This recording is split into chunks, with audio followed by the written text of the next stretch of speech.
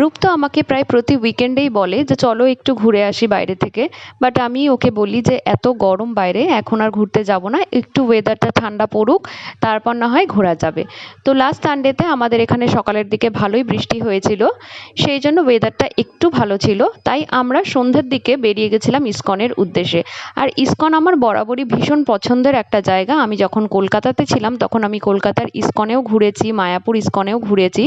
ISKCON জায়গাটা আসলে এতটাই শান্তির জায়গা, ওখানে গেলে আলাদা একটা শান্তি অনুভব করি। আর এখানকার ইসকনটা তো অসম্ভব সুন্দর, ভেতরে যেমন শান্তি আছে তেমন বাইরে আছে আলাদা একটা প্রাকৃতিক সৌন্দর্য। এখানে কিন্তু ইসকনের বাইরে থেকে পাহাড়ও দেখা যায়, ভীষণ সুন্দর। এইবার যেহেতু আমরা সন্ধ্যা হয়ে গেছিলো আমাদের পৌঁছতে পৌঁছতে, তাই সেভাবে তোমাদের পাহাড়ের সেই দৃশ্যটা আমরা দেখাতে পারিনি আমি।